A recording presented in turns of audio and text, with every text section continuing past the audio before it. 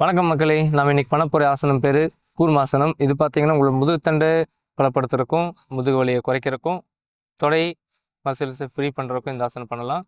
ஞாபக சக்தி அதிகம் பண்ணி கொடுக்கும். உங்களோட மன அமைதிக்கும் இந்த ஆசனம் ரொம்ப யூஸ்ஃபுல்லாக இருக்கும். வாங்க வீடியோக்குள்ளே போகலாம். கால் இப்படி வீசப்பில் எடுத்து வச்சுக்கோங்க. உங்களால் முடிஞ்ச ஸ்டார்டிங்லேயே இப்படி காலை பிடிச்சி தலை கீழே வைக்க ட்ரை பண்ணுங்கள். சரிங்களா?